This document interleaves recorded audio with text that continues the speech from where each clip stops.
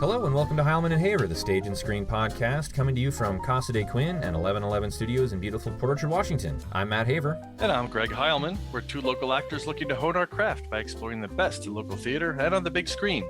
Each week we bring you entertainment news and views, celebrate classic Hollywood, enjoy cocktails with a Tinseltown twist, interview talented local actors and directors, and chat with industry experts from LA to the UK.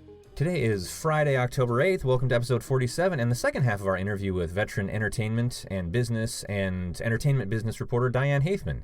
Diane has decades of experience covering all aspects of the Hollywood scene, and this week we'll get her take on the state of traditional media in 2021, and she'll weigh in on the streaming wars, ScarJo, and the future of brick-and-mortar theaters. And looking at the future of theater here in beautiful Port Orchard, A.R. Gurney's Love Letters opens at Western Washington Center for the Arts. Love Letters runs through October 31st, and it's a tender, tragic comic and nuanced examination of the lost art of letter writing, shared nostalgia, missed opportunities, and the deep closeness of two lifelong complicated friends. Spanning 5 decades and numerous locations, Love Letters is staged simply with 2 actors behind desks or sitting in cozy chairs letting their words describe a world of emotion. 6 actors, 3 male and 3 female, were cast for this show, and one of them might possibly happen to be yours truly. So if by now you haven't grown tired of the sound of my voice, come down to WWCA on October 17th, 23rd, or 29th. If you'd like to see real actors take the stage, go the other nights. Actually, go see Matt on October 17th or 29th because you don't want to miss the next installment of Movies of the Decade at the Historic Roxy Theater. For the 2000s, it's Moulin Rouge. Baz Luhrmans' story of a poor Bohemian poet in the 1890s Paris won 2 Oscars and stars Ewen, McGregor, and Nicole Kidman. We'll hit the stage at 6:30, followed by our friend Jeremy Arnold for his final introduction of the series. So don't miss it and get your tickets at roxybremerton.org. And now we're pleased to bring you part 2 of our interview with Diane Haithman.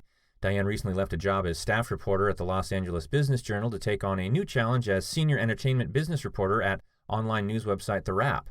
She was a longtime contributor to entertainment industry website Deadline Hollywood and an arts and entertainment staff writer for the Los Angeles Times before embarking on an independent writing and teaching career. And if that wasn't enough, she was also the recipient of 2 Los Angeles Press Club Awards, and Diane first joined the Los Angeles Times covering the television industry before moving to the arts and culture beat for most of her career. Prior to joining the Times, Diane was West Coast bureau chief of the LA-based Detroit Free Press.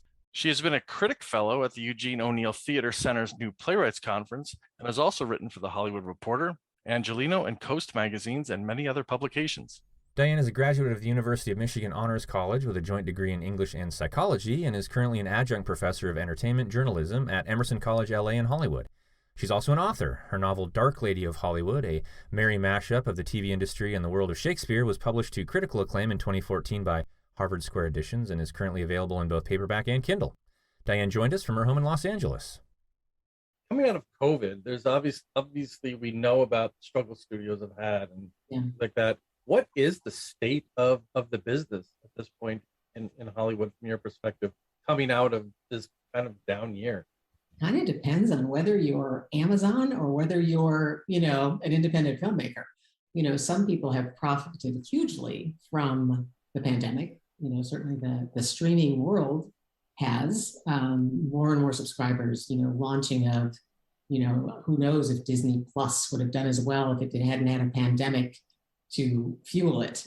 If you're a movie exhibitor, not so good. There has been a lot of, we had been sort of going back and forth a little bit about consolidation, which I guess is the word of the year for what's going on in Hollywood. There's been a lot of loss of just jobs, plain old ordinary jobs.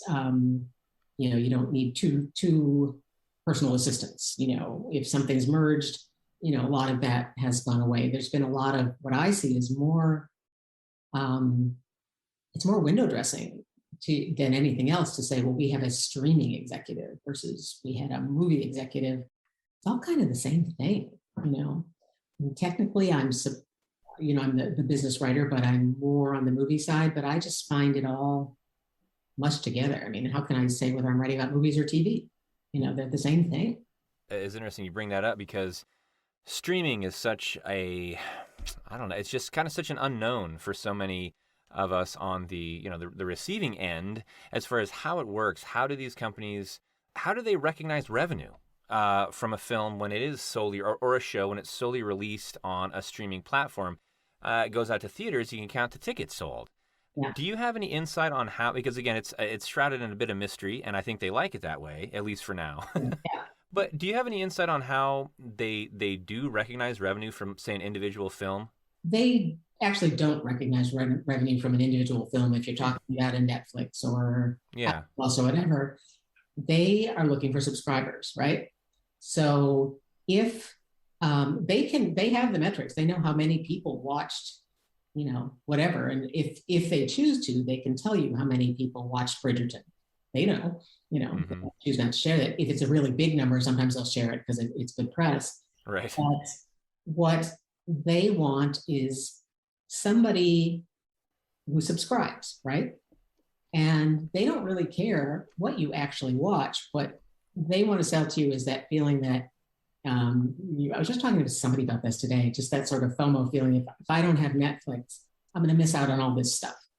So what they want to do is have stories out there that say, oh, we got this quirky little dark horror film, and we've got this, and we've got that, and we've got all this stuff. And what they want from me is for me to sign up and continue to sign up, because I feel like every year there's going to be new stuff. But in terms of, if some little thing that I never watch makes me feel that way, I see an ad or something that's on Netflix that says, ooh, quirky, interesting, different. I'm a hip kind of person. I want to attach to this. Part of a special club. The even scarier thing, though, is if you look at the fact of tech companies buying entertainment companies. If you look at, Amazon making a pact with this or that, is Amazon not only wants to sell you that entertainment thing, they want to sell you shoes, books, and all this stuff. I mean, when you're an Amazon Prime subscriber, it's a whole lifestyle. You could just get nothing but Amazon stuff for the rest of your life. So what are they looking for? Disney, when Michael Eisner was running Disney, had the concept of synergy, which, I mean, it goes back to, even Walt Disney selling the parts from the movies, and how many lines of business can we profit from one particular piece of intellectual property.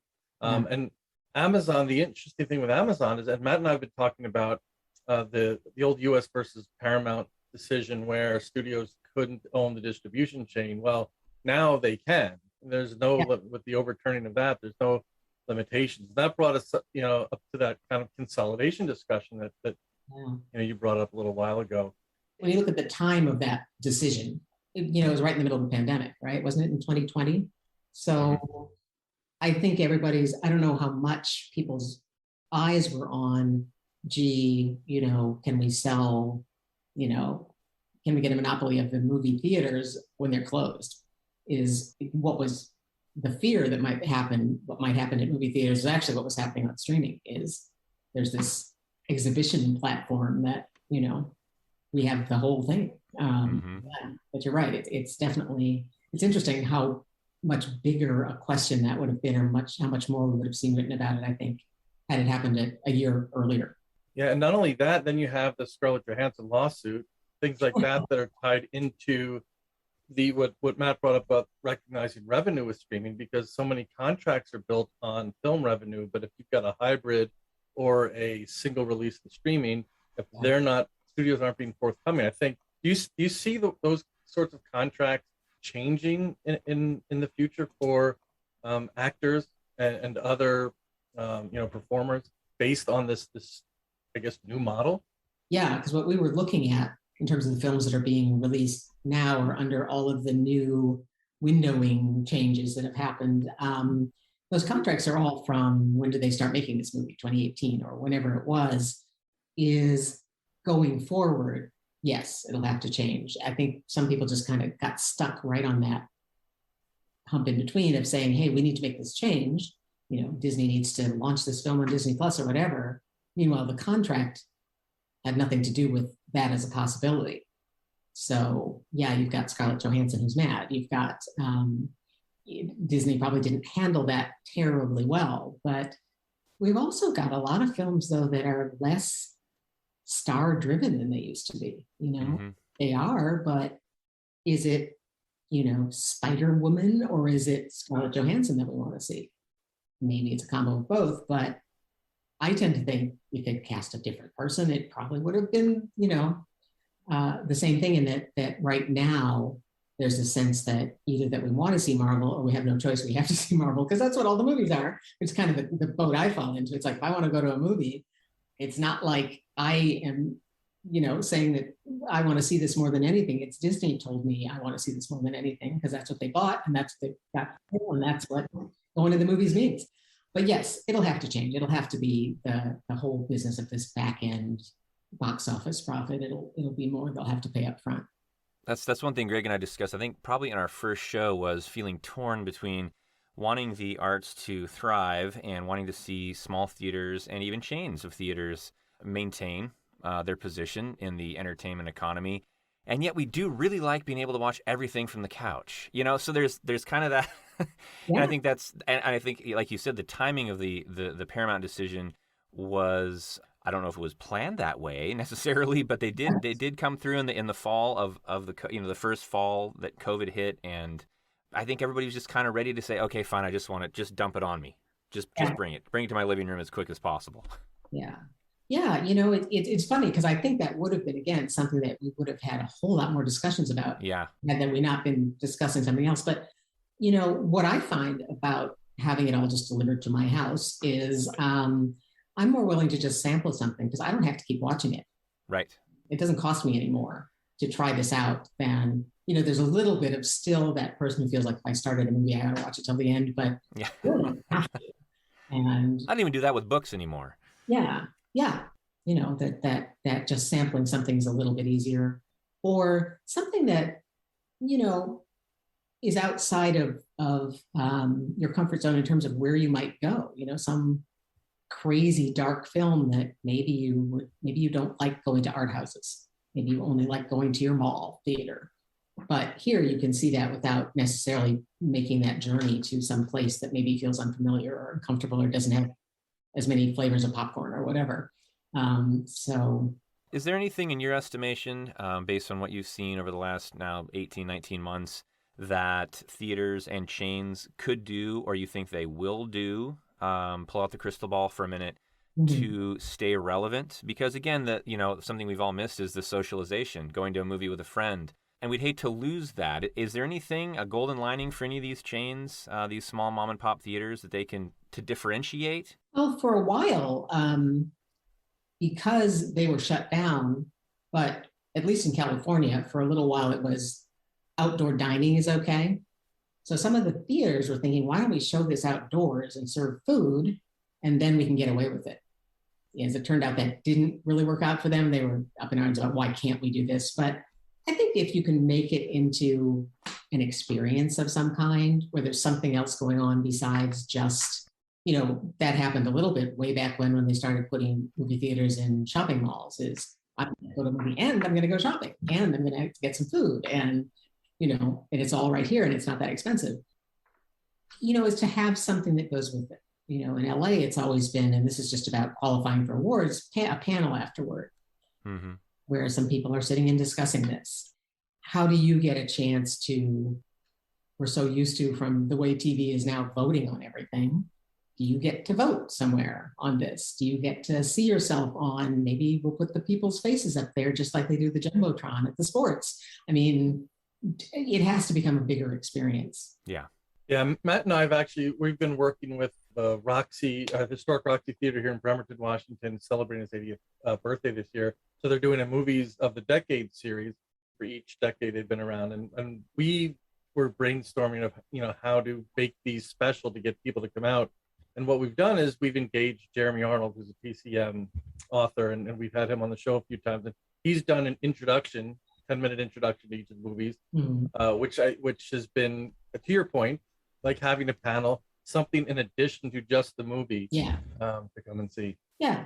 And you see it with gourmet food being in theaters. You see it with fancy chairs, lean back, and it just feels different from, the way it used to. I mean, that's one way they've done, it's not just popcorn anymore.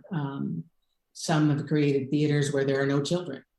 This screening is adults only, or Like you said, immersive, like 3D. We had a guest a while ago, JJ Rusella, who's involved in virtual reality, and that's his thing. Is that virtual reality is not only going to be in all the movie theaters, but eventually it's going to be in all the traditional stage theaters. Captioning, things like that, where it not only immerses you more, but it also widens, vastly the audience that could take in these shows. Yeah, and I spent a good chunk of my career at the LA Times writing about the arts and about theater and that sort of thing. And when I first signed on with the Wrap, was looking at the fact that I drove by my local live theater, and they had a sign up saying come in here and use this as a shooting location. Got to do something with this space. Cool, yeah. And they talked about when we do bring our shows back, why shouldn't we also still have that digital experience and live stream it for your grandparents in Connecticut? Right. They can't get a plane to come see it. Why can't we have both? Would I object to it? No, not at all. I don't care. Or that you aren't going to lose your ticket if you get sick, because right. live stream it at home is why not live stream? Why not have that as an option?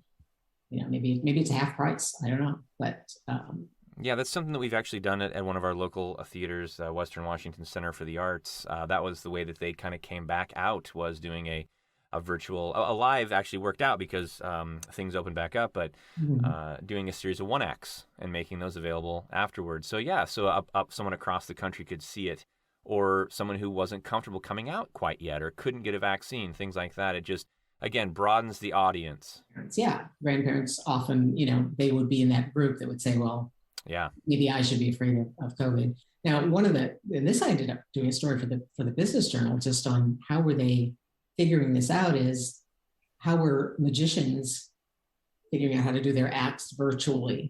And they did. I don't know how, but they said, and it was even more magical in a way because it was, they're making things happen and I'm really not there. They can't really trick me. They're telling me to take a deck of cards in my house, and somehow this is working. Right. But I saw Penn and Teller do something like that early on, and they would do a trick, and then they would look like they're passing it out of the screen, and the next person across the country, one of their friends or colleagues from Vegas to New York and all over the world, and they'd hand it was really neat, really creative, and that's what we've loved to see. As we've kind of watched this unfold. This show is a COVID creation, and as the show has progressed, we've seen more and more examples of that kind of creativity. The show must go on. Yeah, I mean, here things are just starting to. I'm very excited to be going to the opening of the LA Philharmonic is back to live shows, and wonderful. Be able to dinner outside and stuff. But again, it's just being willing, first of all, to flow outdoors a little bit more. I think. Even if you do have an indoor venue, people feel safer if the doors are wide open, to that lobby or whatever, that maybe to use the outdoor spaces and indoor spaces together might help people out a little bit, in terms of comfort zone. I don't know. I think people want to go out. I think people want to do things. I think there have been some people who never did want to go out. What's kind of nice for them is that now they're seeing movies as opposed to just sports and, NCIS. Right. So, that could be a cool thing that could create a different audience. I think there's always going to be the group. One thing that you mentioned that was I thought was kind of ironic was when we were talking about Amazon earlier, that you can buy everything at Amazon. And you mentioned when movie theaters go into the strip and the shopping malls, and then you could do all your shopping right there. Kind of the same thing. Yeah. Yeah. I haven't even put it together in my head, but the bottom line was movie theaters went to where something else was happening. I know theater, Live Theater has tried it in Los Angeles. There's a wonderful little theater company that had their theater in a shopping mall. But it was usually after hours. You'd drive and you could use their parking, and it was a neat little space, and it was underneath the shopping mall, but you couldn't sort of go upstairs then and shop. But there are definitely movie theaters that have lovely restaurants inside them in Hollywood and offer something else besides just going to the big screen. Yeah. Yeah, that's what's going on. But I think people are very much just about the fear that this siloing, this conglomeration, this consolidation is, even now, even the places that were thought of for a while as being these creative, wonderful hubs. Somebody said to me the other day, well, look how many of the streamers have network TV people now running them. Mm-hmm. I was sort of looking and saying, that's true. Where were they going to come from? I mean, there's a logic to it, but on the other hand, the bigger anything gets, the less niche it gets, and then something else has to pop up to take over that niche, right? It all kind of settles to the middle. Yeah. But it's just when you look at how fast it happens and how somebody's got $43 billion to drop on one of these merger deals, that it's scarier than when it's just, something starts out one way and then becomes more status quo. Something else will come after TikTok, all those things. Mm-hmm. Boy, I hope so. I can't figure that one out yet. I don't know how to do it. I guess I could just put it on my phone right now and then I'd have it. But and I guess I don't understand how people really are making money from it, and it annoys me that they are making money from it. It needs to be anyway. So, like a very wise person recently told us that we're no longer the demographic. No. So it lessens the burden of feeling I got to keep up with all this stuff. Yeah. We're active on Facebook. We try to tweet occasionally, and of course Instagram for all of Greg's marvelous cocktail creations for our In the Mix episodes. But that's three. That's all I can juggle anyway. Yeah, that's one thing that happened during awards season when it was completely COVIDed the last time around.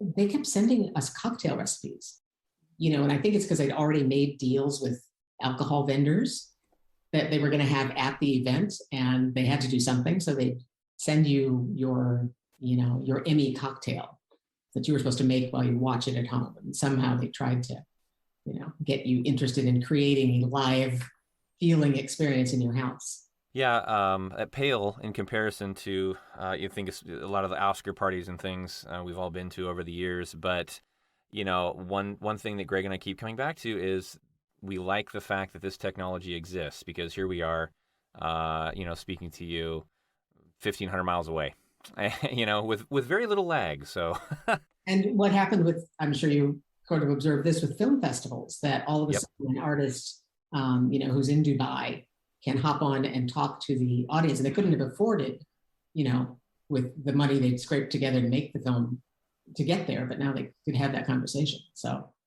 we had that exact experience. We just helped cover the Seattle Film Summit, and we had Jinwoo Park from South Korea join us for a Q&A after a screening of a movie. Yeah, so that's opened some things up. I think it's just, as I say, there's a certain Zoom fatigue. They literally, if you teach at a college, the classes are shorter now because they just know you hit a wall at a certain point. Yeah. Can't do this for too long. But it's an interesting world. I mean, there's a lot going on right now. And, I think the problem is we keep getting, just as we have in society right now, the people with billions and the people with zero, versus there being this nice middle, middle budget films, middle budget people. And with these consolidations you're talking about, it's just going to get bigger and bigger. We're kind of out of it, though. I mean, as we were talking about the one where we're even seeing the talent agencies conglomerate, as we saw this week, there's only one big one left. What are they going to do? Will the boutiques get boutiquier? I mean, what's going to happen? So, something that we again, Greg mentioned the Seattle Film Summit, and the goal of that was to shine a light on the Seattle area, the Puget Sound region, really Washington State, the Northwest, as a wonderful place to make a film and attract people here. And we think of places like Atlanta, our sister city to the south, Portland, and Chicago even. We spoke with a couple of actresses from Chicago, and they said that we're making Chicago med in Chicago. Yeah. And are you feeling that? Are you seeing the focal point cease to be LA as much, with this new demand for digital content and the ability to really make a fine product anywhere in the world? I think the runaway production thing predated COVID by a ton. I don't think it was, and I don't even think it's streaming. I think it's just, for a long time, it's been, other cities have been aggressively trying to get people to come and shoot there. Yeah. It's cheaper to shoot in Canada, cheaper to shoot, or you can get a certain look if you shoot in Iceland. I mean, all of those things. I would say during COVID, there were a couple places where you could shoot. I think Iceland is one of them. For a while, there weren't any protocols. It was just so remote that they figured everything was going to be okay. So I think right now what you're seeing is people who, it's gotten political. we're not going to shoot in Georgia because, some of it has to do with the vaxxing and the anti-vaxxing and the red states and the blue states, but, that you're no longer allowed to pick a place because of the way it looks. It's, do you approve of this state? Do you approve of their politics? Yeah. You've seen it with Texas recently as well. Yeah. Yeah. Or face the backlash. Well, Diane, we appreciate your time. It's been an education. I'm not just rambling on about, everything in the world here. Well, we could talk for hours. We'd love to have you come back on, and we've got a bunch of other stuff we'd like to cover with you. I know there's a lot always going on. Well, it's nice for us to hear what's going on through your questions elsewhere, because listen, I grew up in Detroit, and a lot of things that happen here in Hollywood didn't care. And, it's nice to know that, keep it in perspective, I think. We enjoy the perspective from, we try to talking to some Broadway people in New York so to find out what's going on there. And like Matt said, with all this, with the technology, it brings us all closer together. Use it for a good thing. Yeah, I think so too. Well, this has been great, Diane. Thanks again so much for your time. We'll talk again soon, I hope. All right, thanks. Thank you. Sounds good. Thanks. Bye. Bye. Well, thank you again to our guest, author, journalist, and educator, Diane Haithman. Keep up with Diane and all her writing at dianehaithman.com, at therap.com, and on Twitter at @dhaithman, all linked in the show notes. Join us next week when we'll welcome biographer of the stars Scott Hyman back to the show to discuss his new book, 20th Century Fox, Daryl F. Zanuck, and the Creation of the Modern Film Studio. And if you enjoyed the podcast, please make sure to follow us and share the show with a friend. Tell them to visit heilmanandhaver.com, also linked in the show notes, and tune in on Apple Podcasts, Amazon Audible, iHeartRadio, Spotify, and Pandora. Keep up with all the latest on Facebook, Twitter, and Instagram, and check out special segments like In the Mix and Get to Know a Theater on our YouTube channel. As always, thank you for supporting local theater wherever you are and for joining us on Heilman and Haver.